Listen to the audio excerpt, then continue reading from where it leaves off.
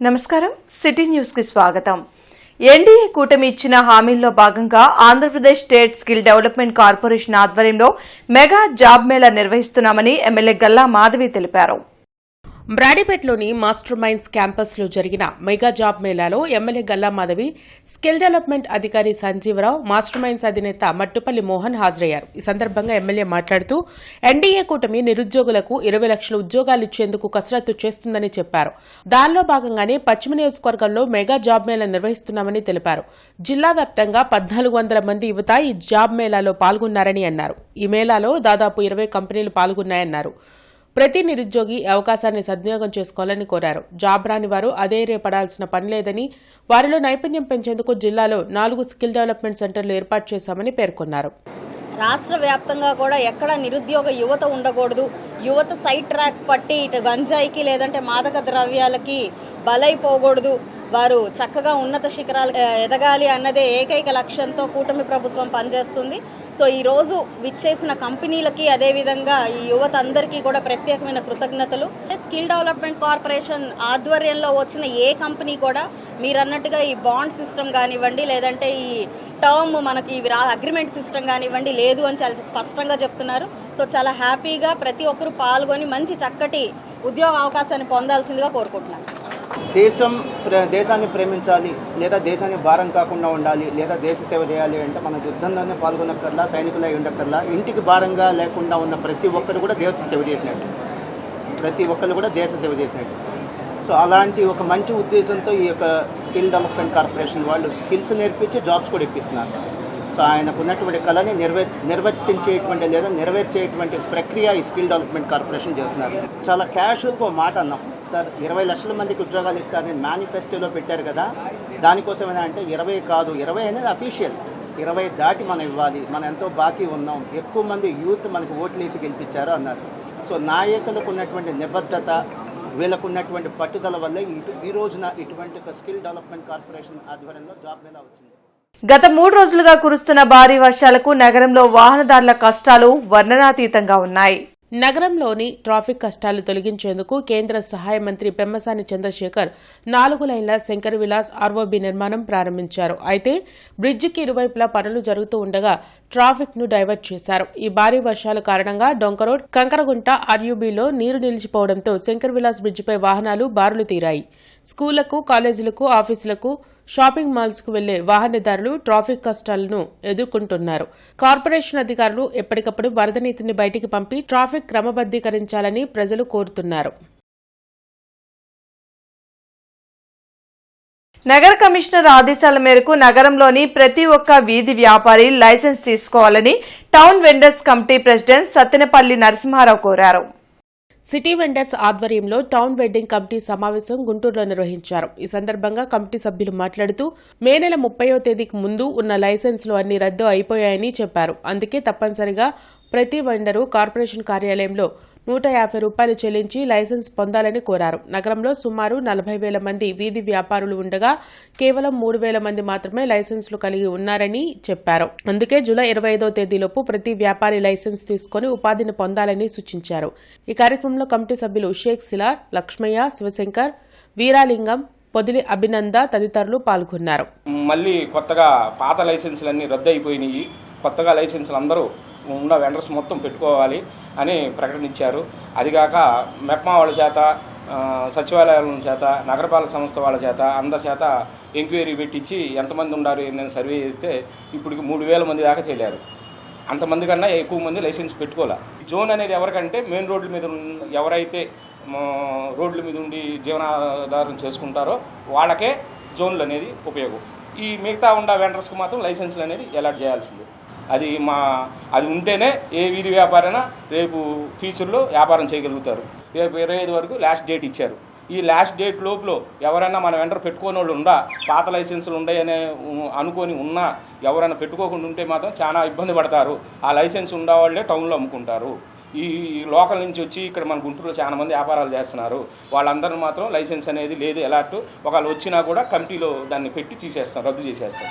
కాబట్టి ఇప్పుడు ఈ 15,000 మంది అంతకుముందు వచ్చారు, ఇప్పుడు 3,000 మంది వచ్చారు. ఏంటి ఇది లోపం అనేది మాకు ఇంత మటుకు అర్థం కాలేదు.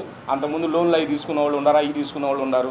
వీళ్ళందరూ కూడా ఏమన్నా లోన్లు అడుగుతారని, లేకపోతే మా బయటికి వస్తాయని బయటికి రావట్లేదా?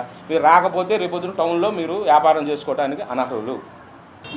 మీరు లైసెన్సులు లేని వాళ్ళు కంపల్సరీగా మీరు లైసెన్సులు తీసుకోవాలని చెప్పేసి మా వెండర్స్ మొత్తానికి మేము కోరుతున్నామండి. దీనికి ఇప్పుడు మున్సిపాలిటీలో కొత్తగా మళ్ళీ 20వ తారీఖు నుంచి మళ్ళీ మున్సిపాలిటీలో అందరికీ మనకు ఆధార్ కార్డు ప్లస్ ఫోటోలు మళ్ళీ ఓటర్ కార్డు ఇవన్నీ తీసుకొని మనం మున్సిపాలిటీకి వెళ్ళినా కానీ లైసెన్సులు అక్కడ మొత్తం ఫిలప్ చేసి ఇస్తే మళ్ళీ లైసెన్సులు ఇస్తారు మనందరికీ. కాబట్టి లేని వాళ్ళు కంపల్సరీగా పెట్టుకోండి. ఉండేవాళ్ళు అంతకుముందు 3 నెలల కిందటవే రద్దయిపోయినాయి. దాన్ని మాత్రం బేసిక్ చేసుకొని మీరు మా హోందా దీనిగా ఉండొద్దు. కాబట్టి ఇప్పుడైనా కానీ మీరు ఇన్నిసార్లు చెప్పినా కానీ మీరు అందరూ కూడా 5, 6 తప్ప నుంచి ఎవరు రావట్లేదు. అందరూ ఏ ఒక్క బండి కూడా ఏ ఏరియా వాళ్ళైనా కానీ మన లొకేషన్లో గుంటూరు టౌన్ పరిధిలో వాళ్ళంతా మీరు లైసెన్సులు పెట్టుకోవాలని చెప్పేసి కోరుతున్నామండి. సినీ జగత్తులో కలికితురాయిగా హరిహర వీరమల్లు చిత్రం నిలవనుందని డిస్ట్రిబ్యూటర్లు ఆనందం వ్యక్తం చేశారు. హరిహర వీరమల్లు చిత్రం విడుదల సందర్భంగా JPR films distributor doctor Pavan Ganga, Pavan Kalyan fans Chandu Bandreddy ఆల్హరి మీడియాతో మాట్లాడారు. పవన్ కళ్యాణ్ హీరోగా 300 కోట్లతో నిర్మించిన హరిహర వీరమల్లు చిత్రానికి రత్నం డైరెక్టర్గా పనిచేశారని తెలిపారు. జూలై 23వ తేదీ రాత్రి 9:30 హరిహర వీరమల్లు చిత్రం ప్రీమియర్ షో రిలీజ్ చేయడానికి సిద్దంగా ఉన్నామని చెప్పారు. ఈ చిత్రంలో పవన్ కళ్యాణ్ నటన అద్భుతంగా ఉందని, బ్లాక్ బస్టర్ మూవీగా మిగిలిపోతుందని సంతోషం వ్యక్తం చేశారు. పవన్ ఫ్యాన్స్ కోసం ప్రీమియర్ షోకు ఉచితంగా టికెట్స్ ఇవ్వనున్నామని, ఈ రోజు ఆన్లైన్లో అభిమానులకు ముందస్తుగా టికెట్స్ విడుదల చేస్తామని వెల్లడించారు. బ్లాక్ టికెట్స్ అమ్మినా కొన్నా చూస్తూ ఊరుకోమని హెచ్చరించారు.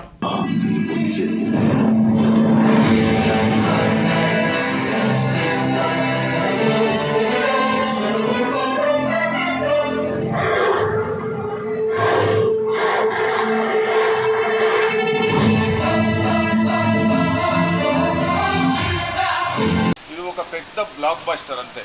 ఆయన అద్భుతమైన దృశ్య కావ్యం ఇది. అందులో మీకు ఒక యువ దర్శకుడి కృషి, తపన, అతని టాలెంట్ అన్నీ కనిపిస్తాయి.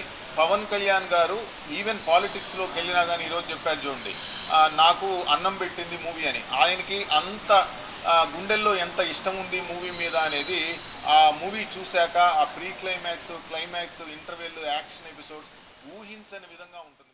3 ఏళ్లలో రాజధాని అమరావతి నిర్మాణాన్ని ఖచ్చితంగా పూర్తి చేస్తామని మంత్రి నారాయణ ధీమా వ్యక్తం చేశారు. 2వ దశ ల్యాండ్ పూలింగ్ పై కేబినెట్ సబ్ కమిటీలో చర్చించిన తరువాతే ప్రభుత్వం నిర్ణయం తీసుకుంటుందని స్పష్టం చేశారు. రాజధాని అమరావతిలో మంత్రి నారాయణ పర్యటించారు. మంత్రులు, హైకోర్టు న్యాయమూర్తులు, ముఖ్య కార్యదర్శుల బంగళాలతో పాటు ఆల్ ఇండియా సర్వీస్ అధికారుల క్వార్టర్ల నిర్మాణ పనులను సిఆర్డీఏ అధికారులతో కలిసి మంత్రి పరిశీలించారు.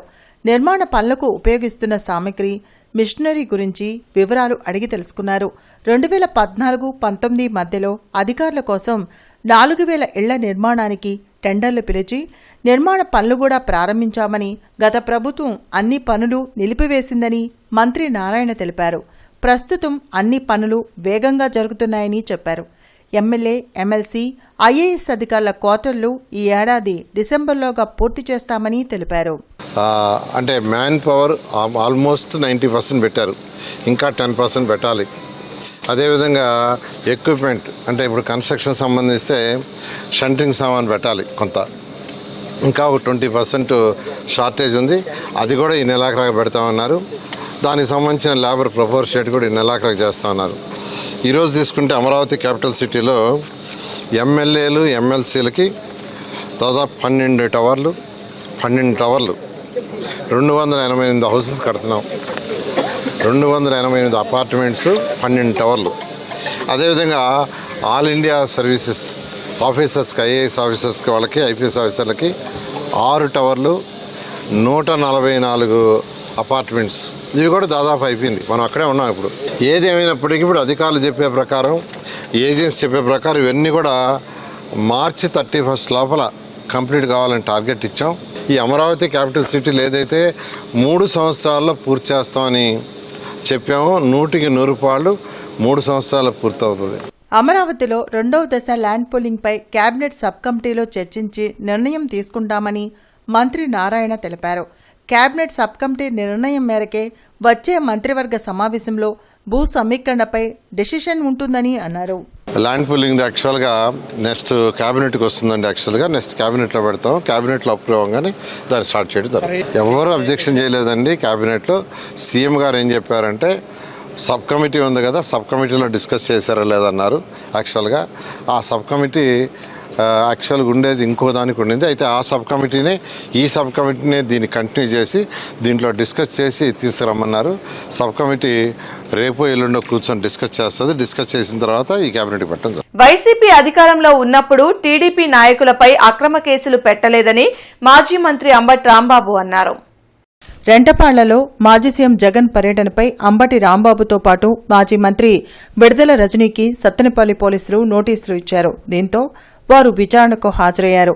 కూటమి ప్రభుత్వం ఎన్ని అక్రమ కేసులు పెట్టినా భయపడేది లేదని చెప్పారు. చంద్రబాబు ప్రభుత్వానికి ప్రజల్లో రోజురోజుకి వ్యతిరేకత పెరుగుతుందని, అందుకనే ప్రతిపక్ష పార్టీ నేతలపై తప్పుడు కేసులు పెడుతున్నారని అంబటి విమర్శించారు. ఓదార్పు యాత్ర కానీ పాదయాత్ర కానీ ఎక్కడైనా ఆయన వెంట వెళుతూ ఉన్నాం, ఫాలో అవుతూ ఉన్నాం. కానీ ఎప్పుడు ఇలాంటి కేసులు పెట్టిన పాపాన పోలేదు. అంతేకాదు, చంద్రబాబు నాయుడు గారు కూడా సత్తెనపల్లి వచ్చాడు. నేను శాసనసభ్యుడిగా ఉన్నప్పుడు, మంత్రిగా ఉన్నప్పుడు బాదుడే కార్యక్రమంలో ఆ రోజున వారు కూడా వేలాది మంది వచ్చి పాల్గొన్నారు. వాళ్ళ మీద మేము ఎప్పుడూ కేసులు పెట్టలేదు. అలాగే యువగలం అని చెప్పి లోకేష్ గారు పాదయాత్రలో వచ్చాడు. అక్కడ నుంచి అటు తిరిగి వెళ్ళిపోయాడుకో, అప్పుడు కూడా మేము ఎవరి మీద కేసులు పెట్టలేదు. కానీ జగన్మోహన్ రెడ్డి గారి వెంట వచ్చినందుకే మా మీద కేసులు పెట్టి మమ్మల్ని వేధించాలనేటువంటి ప్రయత్నం చేస్తున్నారు. ఈ వార్తలు ఇంతటితో సమాప్తం. నమస్కారం.